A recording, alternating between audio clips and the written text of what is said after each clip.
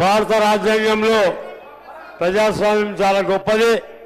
మరి ప్రజాస్వామ్యం కాపాడడానికి అన్ని మతాల వారు, అన్ని కులాల వారు, అన్ని రాజకీయ పార్టీల వాళ్ళు ఎంతమంది ఉన్నప్పటికీ కూడా తమ తమ ఏ పార్టీ అయినా మాట్లాడడానికి సభ్యునికి హక్కు ఉంటుంది. మీరు ఏ పార్టీ అని మాట్లాడద్దు, ఏ పార్టీ అని మాట్లాడద్దు. అందరూ ఇక్కడ పార్టీ కాదు, ఇక్కడ పార్టీ కాదు, సభ్యుడు ఒక సభ్యునికి గౌరవించాలి. తమ తమ గౌరవ మర్యాదలు కాపాడుకుంటూ ఇతరుల గౌరవ మర్యాదలను కాపాడవలసిన బాధ్యత మనందరి పైన ఉన్నది. కాబట్టి మీ ఇష్టం వచ్చినట్టు మాట్లాడితే బాగుండదు.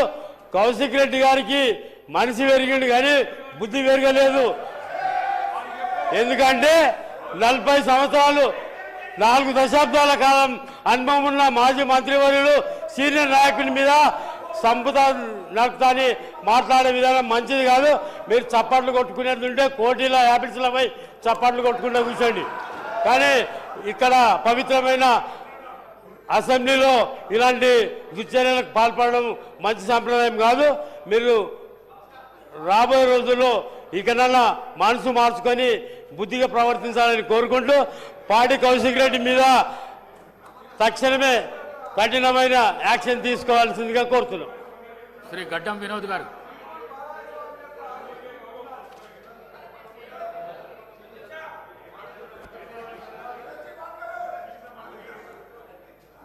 అక్కడి నుంచే మాట్లాడండి వినోద్ గారు. Hello yeah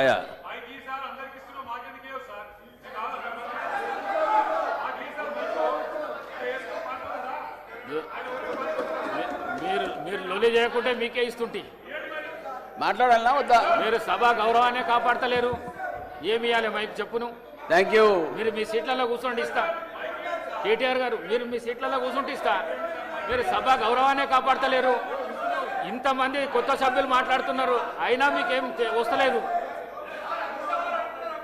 Thank you. I request all of you to kindly listen to our message, my dear BRS colleagues. Please kindly listen to us. This house has been witnessing a motion passed by my Honorable Chief Minister that he will conduct a CBCID inquiry. Now, an inquiry of mining activities taken up from 2014 to 24 or 26 is being done for the benefit of the people to know the reality. Since CBCID inquiry means that whatever has happened during the earlier periods, it's being taken into consideration. Now, coming to today's fact, trying to disturb the house for the last 2 days, which we see, people are getting bored by understanding. Now, coming to the insult of our senior colleague, Mr. Kadiyam Srihari, why conduct in a disgraceful manner? It is unethical. As a member of this house, I expect you to be more cordial, not speak in a language which is belittling the people of SC, ST communities. Dr. B.R. Ambedkar did not allow. It's a breach of privilege, a privilege of our community which is being put into dustbin. We cannot bear it. We are already 26 to 30% population in the country, and we have every right to talk about our own people. So when we are being insulted, my dear Honorable Speaker, sir, please take appropriate action on the persons who are behaving in an unethical, irresponsible manner. So this is what I would like you to see, that the House is conducted in the right manner. When any kind of an inquiry takes up for the benefit of the people of our state of Telangana, I think you should order it and go by the guidelines of what my Honorable Chief Minister has suggested. I appeal to all of you. You are all senior legislators. I have completed 26 years, but this kind of behavior I never saw in 2004 to 9 between Rajshekar Reddy and TDP. So why don't you guys change it? The color of the houses need to be needed. Everybody wants decency. Nobody wants to fight. Nobody wants to create any this thing. Everything is under democratic control, sir. Exactly. Whatever the Honorable Chief Minister has agreed, you can. Vinod Garu. He is doing his best.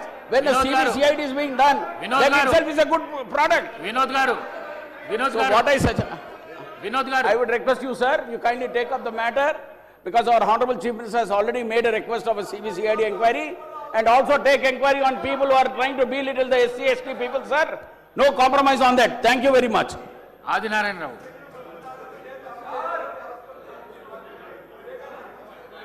ధన్యవాదాలు అధ్యక్ష. ఎన్నో ఏళ్ల కలతో assembly సాక్ష్య వేదికగా ప్రజలు కోరుతున్న ప్రతి సమస్యకి పరిష్కారం అవుతున్న ఆలోచనతో గత కొన్నేళ్ల కాలం ప్రజాక్షేత్రంలో ఉండి అసెంబ్లీలో ఒక ప్రమాణపూర్వకంగా తీసుకున్న నిర్ణయంలో భాగంగా ఈ వేదిక ఎందరెందరికో ఆసరా కల్పిస్తున్న నమ్మకం, బలమైన నమ్మకం మరి ఈరోజు ప్రజలందరూ ఏరి కోరి పంపించిన సందర్భంగా మరి నేను చూస్తా ఉన్న కొత్త సభ్యుడిగా ఎన్నిక ఇక్కడ కూర్చున్న తర్వాత పలు అంశాల మీద చర్చ జరుగుతున్న సందర్భంలో నిన్నటి నుండి కూడా మరి అసెంబ్లీ దిగ్బంధన చేసే సందర్భం చూస్తా ఉన్నా.